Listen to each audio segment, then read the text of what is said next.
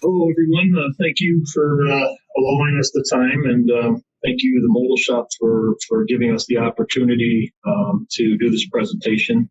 The Modal Shop and PCB are, of course, on the same team, just different divisions, if you will.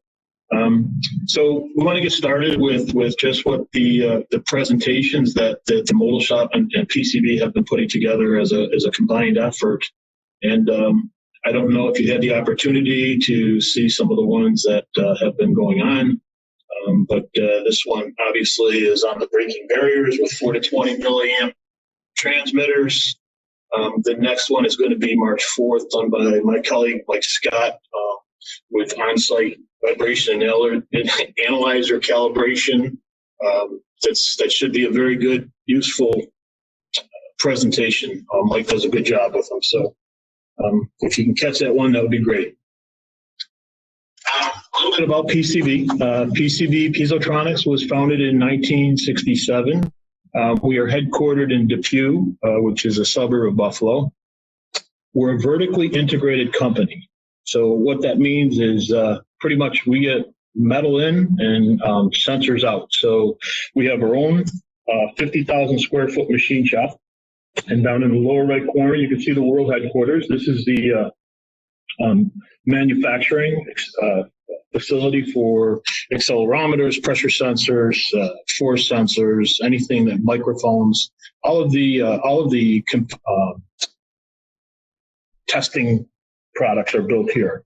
We also have a facility in North Carolina that does a lot of our high product, more standard type accelerometers that are coming up here, and then we go on to the customer. This is the machine shop, which actually does all of our own machining for all of our products. We also have manufacturing facilities throughout the continental U.S. We have them in Michigan. We have them in Salt Lake City, Utah. We have some engineering in California. So there's a lot of facilities. There's a lot of manufacturing facilities throughout the country.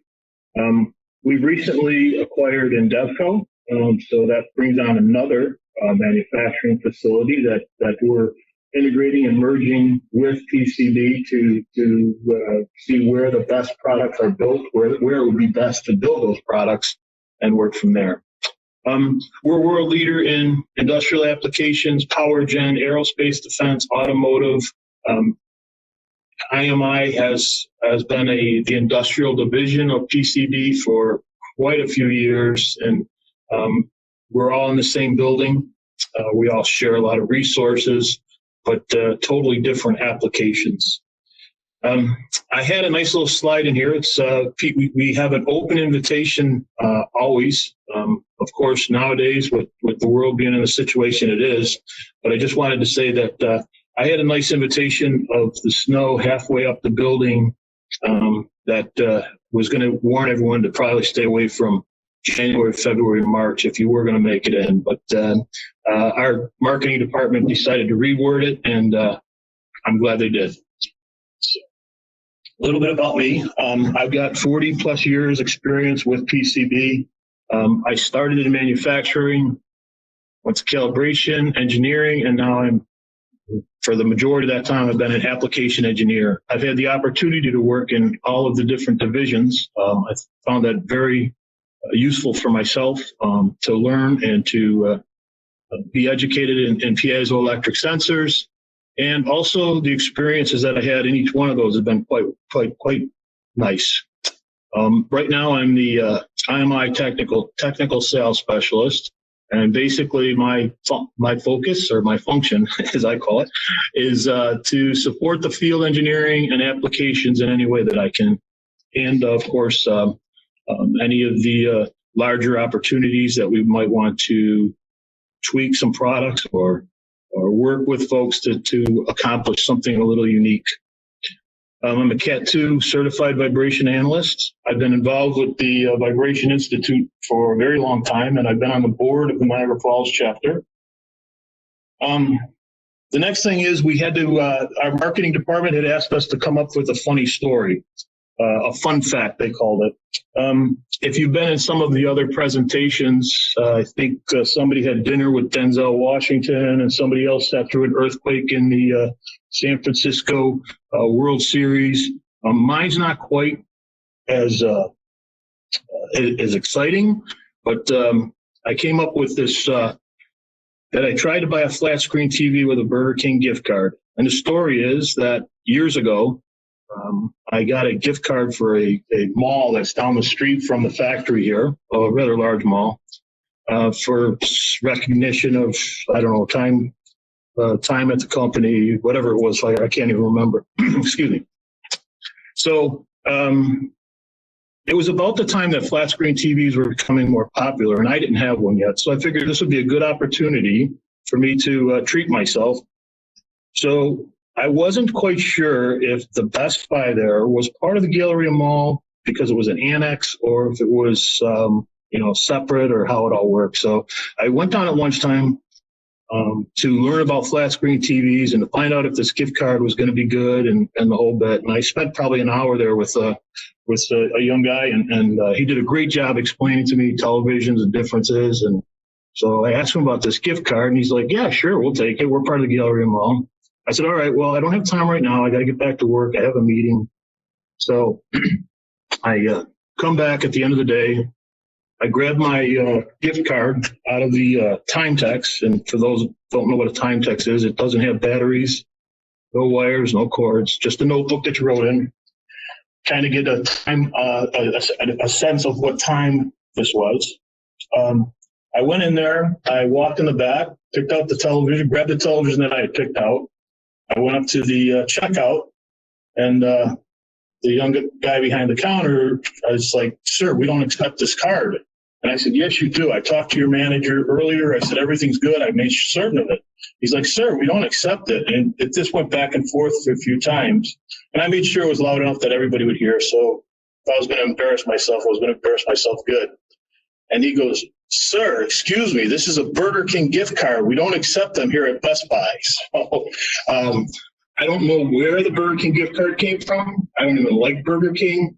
But it turns out the whole time that my Best Buy gift card was in my top pocket where I put it at lunchtime. So embarrassed myself quite good there, but it was funny for everybody. Everybody had a good laugh. And then immediately after I left Best Buy with my television, I went around the other side of the mall to LensCrafter and bought myself my first pair of reading glasses. So that's my fun fact. But anyways, I don't think we can really talk about 4 to 20 products unless we talk about predictive technologies first. I don't want to spend a whole bunch of time on this because it's not what we promoted this presentation to be. But I think there's things that are important, especially if we're going to talk about how 4 to 20 complements predictive maintenance programs and where they can work together to make a better, much leaner company and easier on everybody. So predictive technologies, you folks may know about it, but we're just going to, if you do, I apologize, just a review, but we're just going to kind of go over them. So there's motor current analysis. And what that is we're going to monitor how much current draw a machine is taking, and we're going to trend that. And if something's wrong, if a misalignment or a machine's not running efficient, it's obviously going to take more current to operate the machine. So that's one technology that we can use for a predictive maintenance program. Oil particle analysis. This is another one. This is big. So obviously there's going to be oil in all rotating equipment. And as those bearings wear or components internally wear, those metal filings are going to end up in the oil. Eventually they'll end up in the oil. So by trending the particulates in the oil, we can actually also do a predictive technology based off of that. Ultrasonic analysis. Noise starts with vibration. So if we have a vibration, we're going to get a noise. So what folks have been doing for years with these ultrasonic guns and test equipment is they've been monitoring the sound, if you will, of the machine, and by tribal knowledge and keeping historical data, if that noise, if that rubbing noise is going up or staying the same. And typically, these are used for higher frequency events. We'll get into that a little bit in a little bit here. And then infrared thermography. Probably the two most popular ways to monitor equipment are temperature and vibration. So if I've got a machine that's not running properly, it's going to run hotter than it would under normal situations. So we want to use the infrared gun and measure it and see, and also we're going to trend those data as well. And then, of course, vibration analysis. Vibration analysis is probably one of the most popular technologies used for monitoring equipment. And the reason why is because it's the best indicator of overall machine health. I mentioned that ultrasonics is really good at higher frequencies, but a lot of the faults might happen at lower frequencies. With accelerometers, with vibration, we get this wide range of frequency faults and amplitudes. So we could actually measure from 0.5 hertz up to better than 10 kilohertz. So now I can measure this whole range of amplitudes and frequencies, and I can trend that data, and then over time I can see where I'm having some problems. We're going to get a little more into that, but not too heavy, because like I mentioned, this is really about how a 4 to 20 signal operates and works. But we are going to touch on it here. So common faults for detecting that are detected by using vibration analysis: your imbalance, misalignment, looseness. These are all those lower frequency faults. 1 times running speed. Those frequencies that show up in a low frequency measurement, an overall vibration low frequency. Then we have gear faults, oil whip, cavitation. A lot of the others early detections faults are showing up in our higher frequency. So you can see why we want to spread this out and get the widest frequency range that's possible. Fluting is another one that shows up in your higher frequency measurements, but you can see the amount of faults that we can pick up by using a vibration sensor, by using vibration analysis. All right, so how is this typically done? So basically what we're going to do, and again, this may be review, and I apologize if people have seen it, but I just want to make certain that we cover everybody here. So an accelerometer, it's a nice little cutaway of an accelerometer, is mounted on the structure, whatever we're mounting, paper mill, roller bearing, whatever it might be, some pump. Gives us an AC signal out, a nice clean AC signal out, and then there's 2 ways that we can actually take that signal back to the software. One is an online monitoring system, which is continuously taking this data and taking it back to the software, to the control room, where someone can actually download this and decipher it.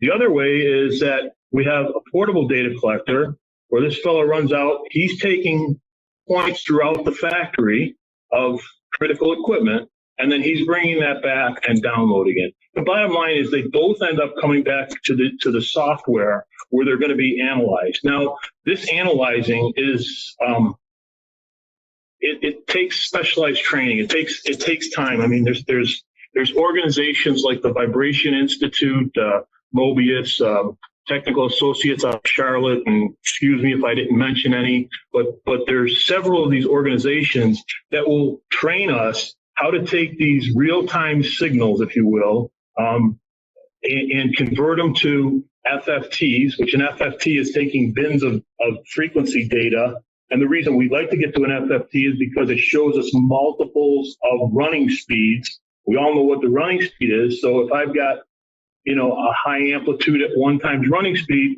it typically means that there's going to be some sort of looseness or misalignment. If I've got something way out in the frequency that's beyond my my frequency of interest, it might be something like a little high energy peak of a ball breaking, or one of the balls and bearings breaking, or it could be lubrication. There's several things that show up in high frequency, which we're going to get specific on that a little bit here. But a lot of training goes into these analyzing of this data, and which is very useful. Analysts, in my opinion, analysts will never be replaced, but somebody's always going to have to diagnose that data to get an exact, or to get a science of how long and what's wrong with our machine. So the important thing to remember here is that these are AC signals. They're looking at amplitudes at discrete frequencies throughout the frequency range. And this is used for diagnostics and analyzing your piece of equipment. Okay, so with that, we're going to go into the process control and how these technologies complement each other. And first, I believe that with quality products and solutions, talented and educated personnel, we can make our plants more efficient, more profitable. I want to review this just real quick here. So we had mentioned in PDM, predictive maintenance personnel takes data. They're going around with either the walk around, accelerometer, cable, data collector, and they're bringing that back and they're doing their analysis through the software. Either by looking at, and there's more than just FFTs, by the way, there's time waveforms, there's FFTs, then we can start getting into the different plots. It's pretty intense, and it's pretty interesting as the more you get involved with it, but it does take a lot of training, and you need to stick with it. But yeah, so this is the diagnostic portion of it. This is where we learn not only that there's something wrong with our machine, but what is wrong with our machine and where that is located. So there's a lot that goes into the predictive maintenance. Some of the, I thought this was an important slide when we get into the 4 to 20 as well, because we have different outputs that are better used for frequency ranges. For an example, we have our displacement, which is an output usually read in mils or millimeters, and it's peak to peak, which we'll talk about in a minute. Your velocity, which is read in inches per second or millimeters per second, and it can be either in peak or RMS. And then acceleration, which is read in Gs or meters per second squared. We got this nice little chart over here that actually shows. So we can see that at lower frequencies, our output is not as high in acceleration, but it is much higher in the higher frequencies, much larger, I should say. In displacement, we get a lot of output, a lot of displacement at low frequencies, but up in a higher frequency end, we start to lose that. And velocity, you can see, is pretty much a straight line through it. And my opinion, I don't know if this is factual or not, but the majority of the applications I have been involved with in the industrial world have been in velocity.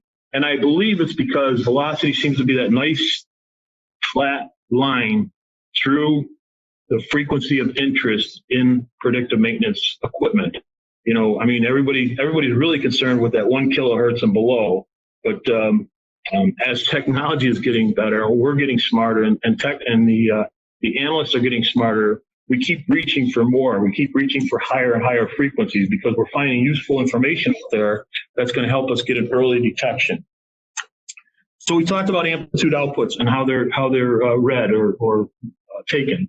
So there's peak, which is basically true peak, and then there's a calculated peak. And I'll explain the two. So a peak output is from 0 to some value. Okay, so we'll call it 0 for right now. 0 to some peak. Now I can get that by using a true peak detector, which is going to give me an actual measured output, or I can do what we call a calculated peak. And what that is it's measuring the RMS and then internal, either in our data collector or our accelerometer or our 4 to 20 milliamp product, we're doing a multiplier of 1.414, and that's giving us our calculated peak. This calculated peak is most commonly used when we get into the 4 to 20 products. Some of the unique products, some of the more complicated products, use a true peak detector. And we'll talk about that in a minute. Peak to peak is from your highest point to your lowest negative point. So the highest positive point to the lowest negative point. And again, this is common in displacement measurements. Because if you think about it, displacement is measuring a gap, right? It's measuring a distance. So we want to make sure that we get as close to that shaft and as far away from that shaft. So we're going to be doing it in both positive and negative. RMS in the 4 to 20 world, RMS is most prominently used. And basically what RMS does is it takes an average. So we've got a band, let's call it a frequency band from X to X, and it's taking all of the energy under that curve, all the energy that's there, and averaging it out for us. So we get this one number, we get an average of the energy that's there. So this is going to become very important later on when we talk about 4 to 20. Crest factor. Crest factor is a very important tool. Crest factor is taking the true peak divided by the RMS. And so what it really does is it tells us where we are in the failure mode. It gives us a good indication of what's going on. So if I've got, let's go back to that spall and the ball of one of the bearings. I'll be using that quite a bit. You get this little every time it passes. Well, that is a lot of energy, and it's a very high peak, a narrow high peak. So if it's in this, we're looking down here in the lower right-hand corner. If we're looking at this RMS signal, and I've got the purple line as our peak, if I've got these peaks going on, I'm not going to be able to pick those up individually. What's going to happen is it's going to take that peak and average it with everything else. So we're kind of missing the peaks when we're looking at an RMS value. Now, as those peaks get worse, or that spall gets, or that pit gets wider, the frequency lowers. The gap opens up, so the frequency drops down. Now my RMS level is going to go up. So if I'm following, if I'm looking at the crest factor and I don't know anything about it, and all of a sudden I have a high number in my crest factor, and the number starts to get lower, if I'm not looking at the RMS, it's not getting better. It means you have less time to actually react to the situation. So it's a good indication of severity, or a good indication of when your faults are going to happen. Okay, so understanding RMS signals, we want to understand their limitations plus what they're good for. So RMS value monitoring is best suited as an indicator of low frequency machinery faults, looseness, misalignment, imbalance. We talked about that. And we just touched on how the high frequency waveform content, mostly by bearing or gear problems, is not going to be detected by the RMS because we're averaging it out. So RMS for long duration, low frequency waveforms, they work out very good. And for an RMS signal, if we've got that short, high frequency pulse, chances are we're going to miss it. We're not going to pick it up. And as I mentioned before, it's a very effective measure of overall vibration and energy. So let's start talking about process control now. So basically, process control has been around forever, right? We've had 4 to 20 pressure sensors, temperature, flow, amperage. That 4 to 20 has been a useful tool for several years, decades.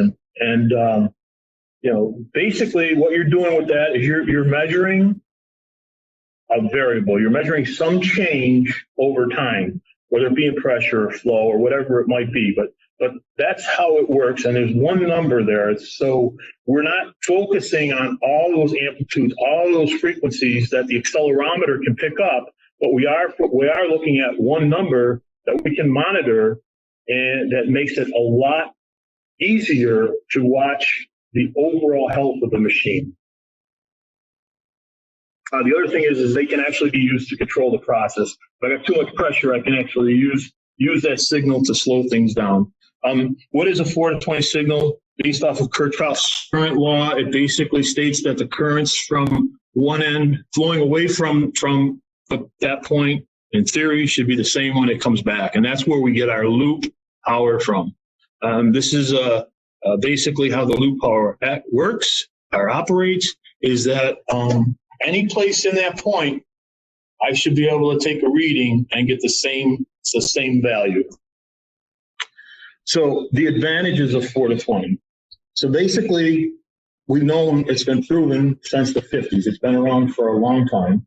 It's a low implementation cost. By that, I'm saying when we get into this a little bit, you can pick up a transducer type, accelerometer type 4 to 20 signal for under, I'm going to say under $300 because I don't know where you're going to get it from, but that will hook directly back up to my control system. Usually it scavenges the power from the 24 volt DC it needs. So for under $300, if I have an empty PLC in my control room, I've got some sort of monitoring going on that piece of equipment. And really, once we get started, once we get that first piece in there and we get started and we see the importance and we see the benefits of using these types of products, it just grows from there. And I was fortunate enough to see when IMI started getting into the 4 to 20 milliamp offering to the signals and the outputs that we're doing now with 4 to 20, and it's just remarkable on how much it's grown. And it's only grown because the industry has asked us for that stuff. So it's folks like you that have pushed the industry to make us make a better product. It's typically inherent resistance to noise, ability to carry signals for a long distance, and it'll already interface, as I just said, to an existing alarm control room or monitoring systems. And it's well suited for industrial environments. Okay, so simply put, it's basically a 4 to 20 milliamp signal that has a low end that's proportional to something and a high end that's proportional to another value. And we use 4 milliamps because years ago, I don't even know when, it was decided that if 0 was used, we may not know if the sensor is working or not, or if we got good connection. So 4 milliamps was used so that we could get it off of the 0 point, and then it's a linear output throughout, so we can actually proportionalize or correlate actual values to it. And like we did in this example here. So at 0 to 1 inches per second, 4 is 0 and 20 is 1 inch per second. Now there's going to be 16 increments in between there. And we can actually, by dividing by 16, we can actually determine what each current value is proportional to, in this case, to inches per second. Now you can do this with displacement, you can do it with acceleration, you can do it with 0.5 inches per second, you can do it with 2 inches per second. So it's a very linear, very simple way to get a monitoring system onto something. Okay, so vibration for the process. So the process, folks, people are used to dealing with one number, single parameter measurement, right? So, they're looking at, the control room is looking at, okay, we're running at this value, everything's good.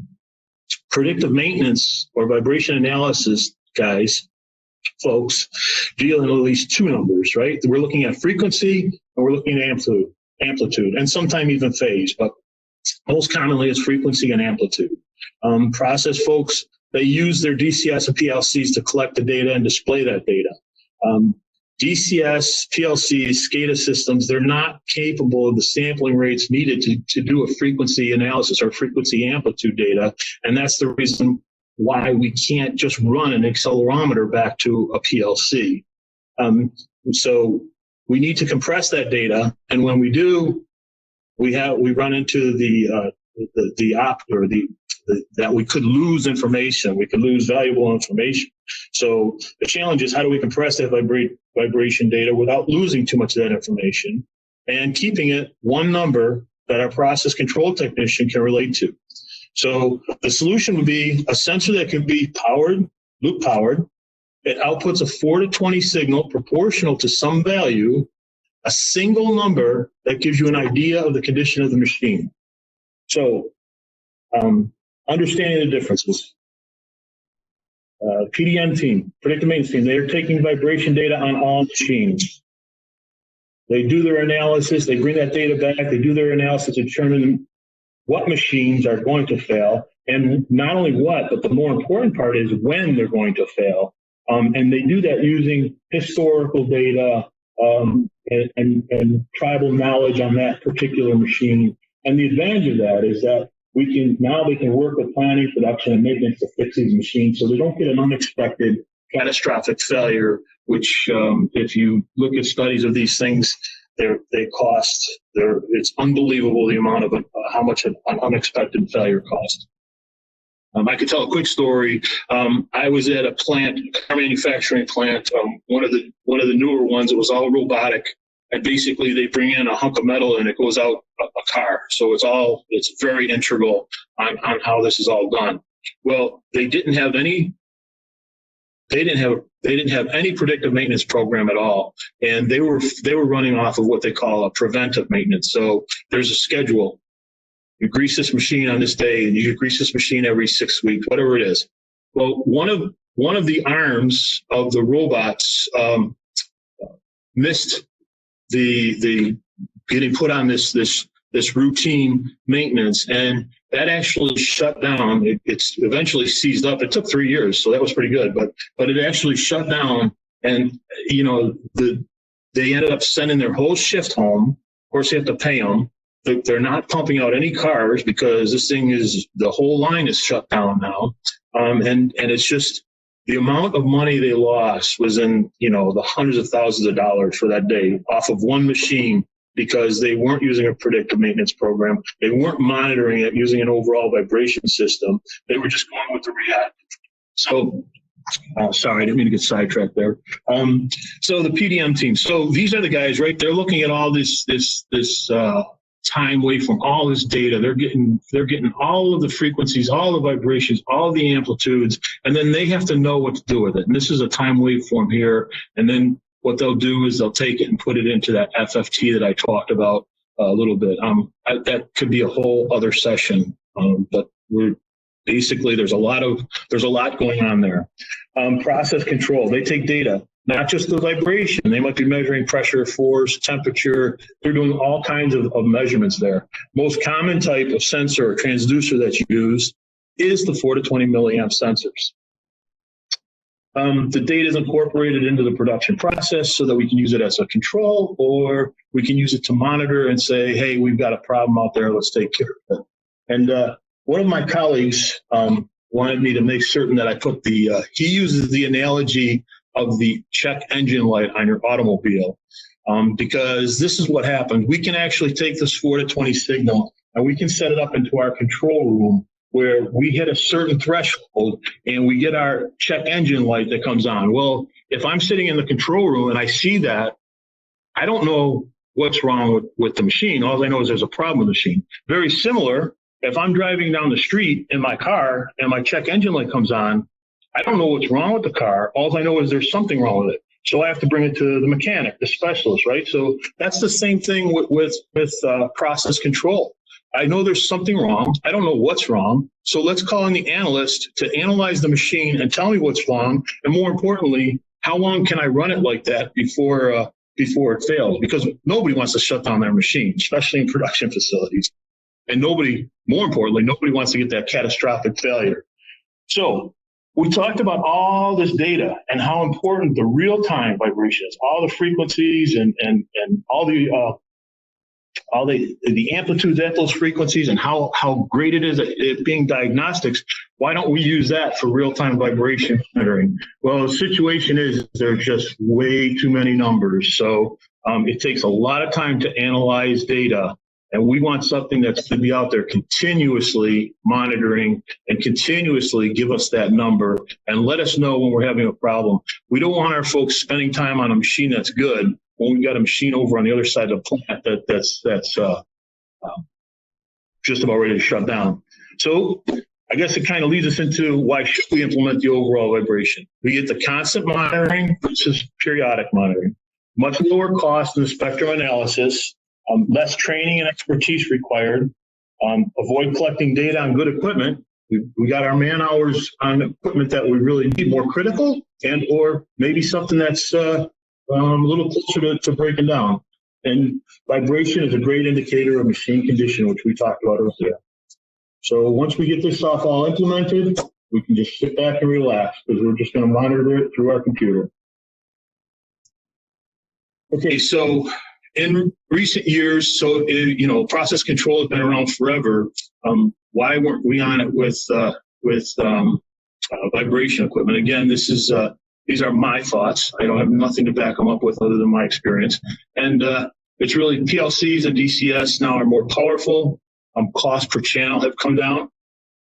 Production personnel has decreased. I remember going into plants where they had in the millwright departments, they had 10 guys that were just their job was to do predictive maintenance. I mean, that was their whole job. Now those 10 guys maybe down to one who's running around just trying to monitor the more critical equipment. So production personnel or maintenance personnel has definitely decreased. This world of competition we're in, everybody has to have their plant run more efficient, needs to run on less people and less supplies, I guess. But more importantly than that, the necessity to make a better product, right, to keep our quality product. And technology has been demystified. I think everybody now has an Xbox at home, so myself personally, I'm not as afraid of electronics as I was maybe 10 years ago, technology maybe. But so it makes it a little bit easier for everyone to be at ease when they're doing something like this. So categorizing plants. So basically we have a plant that will run a reactive or preventative program. So there's no predictive maintenance. And a reactive program is, let's run it, it breaks, we're fixing it. We carry spare parts, the whole bit. Preventative program, every year we're going to shut this down. We're replacing bearings, we're replacing belts, we're replacing everything. The issue with both of those is I'm keeping inventory for spare parts and I lose my downtime unexpectedly. This one, I may be replacing parts that don't need to be replaced. The other part is we have a vibration spectrum capability. Either we call somebody in. The bottom line is all plants already have control engineers and PLCs and DCSs. So why wouldn't we put these into a plant that, and it doesn't necessarily matter if it's a smaller plant that don't have the budget, medium-sized plant that maybe calls somebody in periodically, a large plant that might have the total program. Bottom line is that everybody can benefit from a 4-to-20 monitoring system. Okay, so we're going to get into some solutions now, and I'm going to try to get this all in before I run out of time, and I apologize. 4 to 20 milliamp solutions. We have our 4 to 20 milliamp sensors. We have the DINREL products, panel meter enclosures, and then we have some of our more unique technologies, impact detection technologies. And I'll cover these in a little bit. There's more than just these out there, but these are the ones that I chose to put together for this presentation. So first, let's talk about the 4 to 20. So we've already covered this a little bit. So we're looking at overall vibration, energy under the curve. It must be a DC signal because that's what this control room understands. And we're gonna take this directly back to the PLC, the DCS, or the SCADA system. So how this loop works is we have a sensor, and it needs 24 volt DC. So most oftentimes now the PLCs or DCS will supply that 24 volt. If not, we're going to put a power supply in line and we're going to monitor the current. And typically in this one, it's going to be over here, but I should be able to monitor the current here, here, here. Anywhere I monitor it, it should be the same. So basically, it's a very basic system. So for under $300, if I can actually put some sort of monitoring on my equipment. Now let's talk a little bit how the actual 4 to 20 works. So we know that we use an accelerometer, right? And accelerometers are fantastic. And I'm not just saying, I don't care whose accelerometer it is. Accelerometers do a great job at picking up vibration. Sometimes too much, but that's a good thing. So we have an accelerometer that puts out an AC signal. So we know that that AC signal isn't going to be accepted too well by our control room with a typical PLC or DCS. So now what we do is we actually need to put some filtering in there. These guys have a lot of filtering in them for different reasons, which I'm not going to go into all those details today. But the next thing we need to do is we need to take that AC signal and convert it to a DC signal. So we go to this RMS to DC converter. So people may wonder why we only get down to 3 hertz or 2 hertz with 4 to 20 products. There are ways we can do different things, but for the most part, we get down about that 2 or 3 hertz. This is where we lose the frequency response.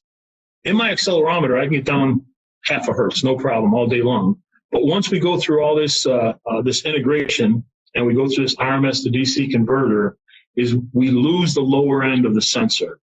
It's just the nature of the beast, but most oftentimes the 3 hertz or the 2 hertz is going to pick up any higher vibrations or higher frequencies. So it's not going to hurt us too much by being down to the 3 hertz, and it's very typical.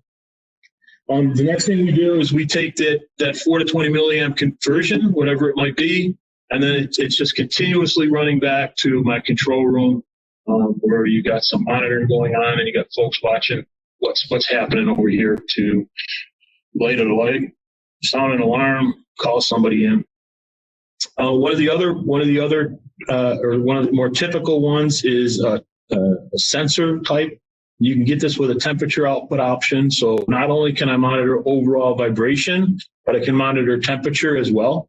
So using a 4-conductor cable becomes real easy. I hook it up to the machine. I run 4 conductors back to 2 PLCs, and I'm on my way. RV option. The RV option is a raw vibration output. So we know we can get an overall vibration in 4 to 20, but what we've done here is we've actually ran a 3rd pin to the connector. So now I can pull my raw vibration signal as well. So advantage of that is once I get an alarm or an alert or a high vibration level, I can call somebody in, and wherever this is connected, whether it be a BNC out on site or whatever it might be, he can plug in his data acquisition system, and he can do his analysis right off of the same 4 to 20 sensors. So we don't have to crawl around the machine. We don't have to remove pages. We don't have to, we can be safe while we're taking that data. Again, use a 4-conductor cable. These are available in acceleration, velocity, displacement, peak or RMS, and all kinds of certifications. So if we have an intrinsically safe area we need to put them in, we can get them in there. The alarm module transmitter. So basically what this does is if I don't have a PLC available, but I do want to run my protection on this machine, I can actually come up with one of these alarm modules. Now, this will take a 4 to 20 milliamp signal. Okay, it's programmable through this front keypad, which can stay on it or take off after we're done programming it.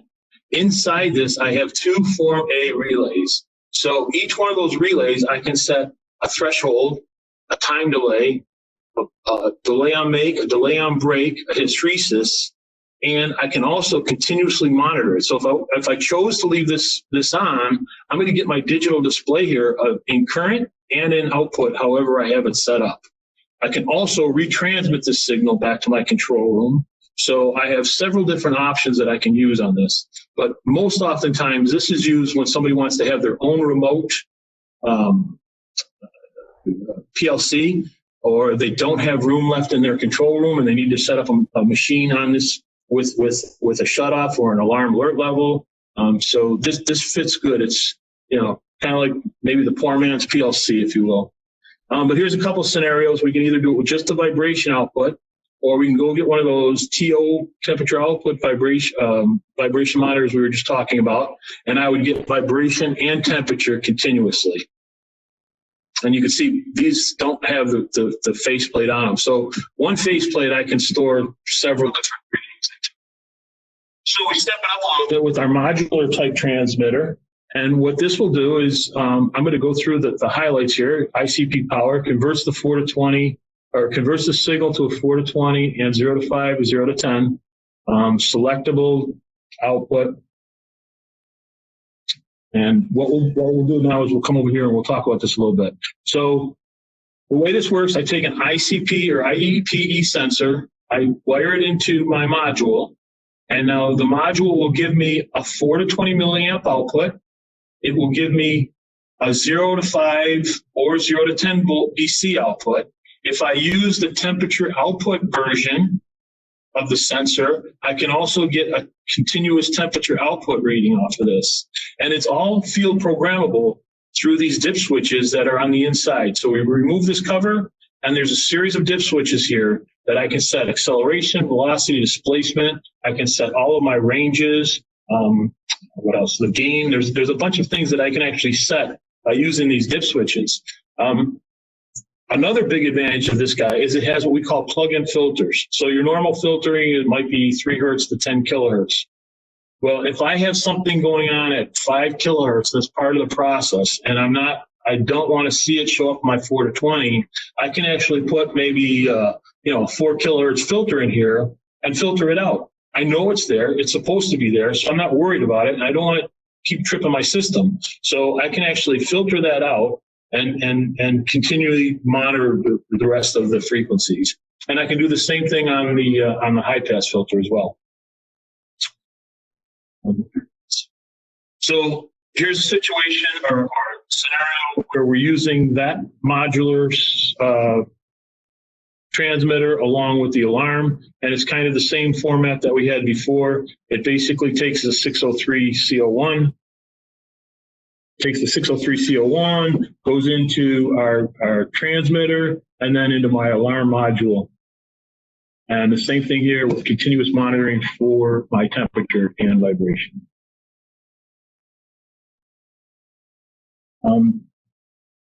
Same idea, a little bit larger enclosure. We have our BNC, so this is our display module. Everything's controlled by the front keypad. So on this one, I can actually set up to 4 different relays or 4 different set points. We can also do this where we have a ICP option. This is showing the 4 to 20, so I'm going to take my 4 to 20 sensor. I'm going to put it in there. I can set 4 separate alarms, high, high, high, low, low, low, low, high, whatever I want to do. It's very programmable. I can take my 4 to 20 signal off the back and retransmit it. I can also, there's also two lugs on the back where I could actually have my light right here. I mean, I could actually put a light right on the machine, so when I reach a certain threshold, my light's going to illuminate, and I'm going to know there's a problem. One thing, and I think I already mentioned this, but I'm going to mention it again. IMI has always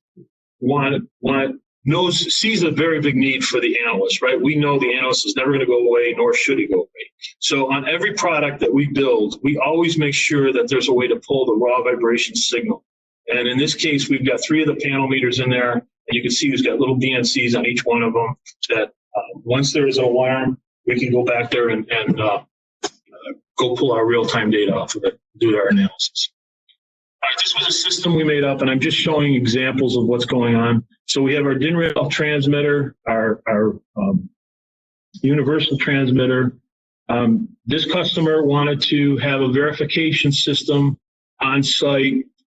He wanted to be able to do ICP accelerometers, and he wanted to do 4 to 20 transmitter accelerometers. So he's got the variable frequency, variable amplitude shaker, and he can hook up an ICP accelerometer or IEP accelerometer and actually monitor the output on one of these. And on the other one, he can monitor his 4 to 20.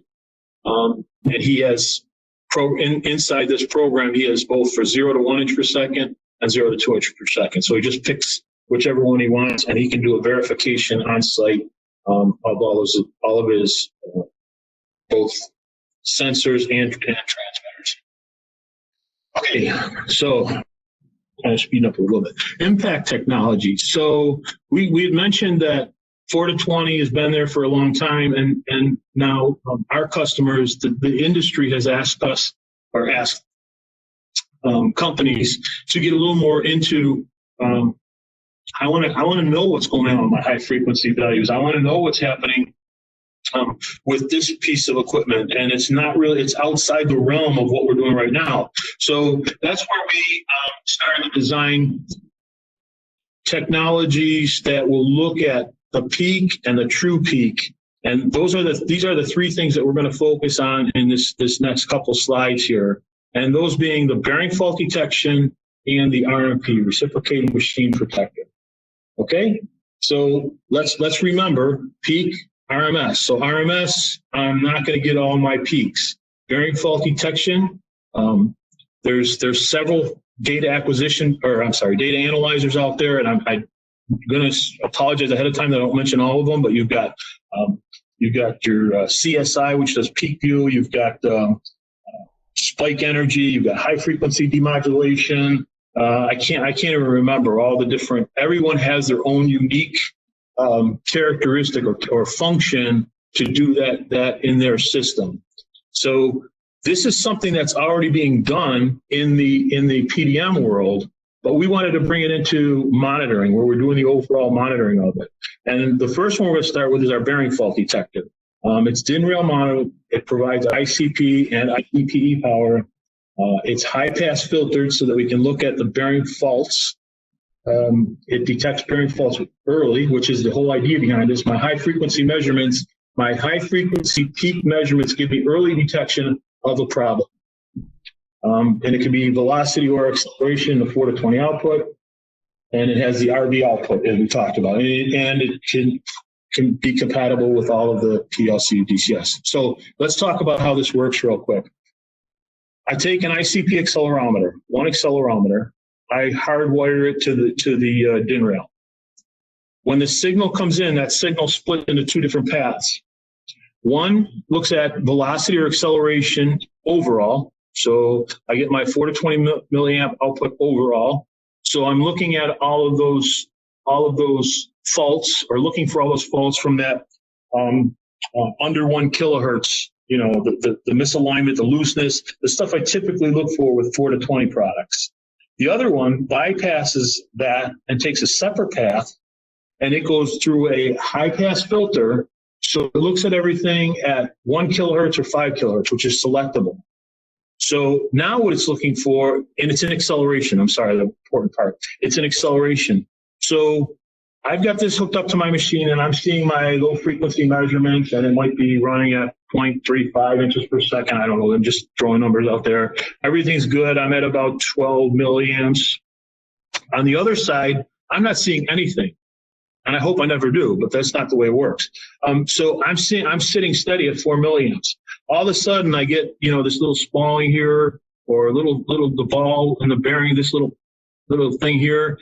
When that ball comes around, it's going to do that every time it comes around, and that's that NERO high frequency peak, which if I was trying to monitor it down here in the RMS, it's gone. I'm not going to see it. It's averaged out.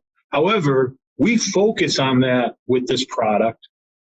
This product focuses on that, and it's going to tell us, okay, there's something going on way out in some frequency we're not even looking at. We have to start paying attention to that. Let's get the guy in. Let's do it. Let's get our analyzer on here, hook it up to the BNC, and let's do a high frequency analysis of what's going on. I'm using one of those other technologies that I talked about or mentioned. So that's the idea behind this product, is we want to get that early detection, not losing any of our overall vibration monitoring. Check on the time here. It's getting close. Okay, so another one we have is the bearing fault detector in a sensor can. So basically, same thing. We're looking for high frequency faults. Okay, this one has less options, but maybe a little more smarts. So this one is actually USB programmable, which here's the software for it. And you can see we use this software for other products, our RMP, which we're going to talk about in a minute here. This product, the bearing fault detector, our programmable 4 to 20 sensor, and our our smart vibration switch. So we talked about how important crest factor was, and crest factor is one of the modes that we can set this up in, and I can actually program it to do my crest factor, and it's going to give me my outputs, and it's going to give me everything I need. Plus, this does a little bit of processing inside that gives me a fault determination. It's numbered 1 through 16. 1 through 5, everything's okay. 6 through 10, you know, we might be getting a little shaky. Up to where we're going 16, you got some serious problems that you're going to have to change it on. And we can do that on each one of these outputs, whether it be the peak acceleration, RMS acceleration, the crest factor plus. There's a lot to this product that if anybody's interested, we can take it offline and certainly talk more about it. The RMP, reciprocating machine protector. This is kind of unique to the industry. There may be some folks that do it, but so reciprocating compressors. Reciprocating compressors are full of high frequency components. So monitoring it with velocity hasn't, I don't think, works out that well until it's too late.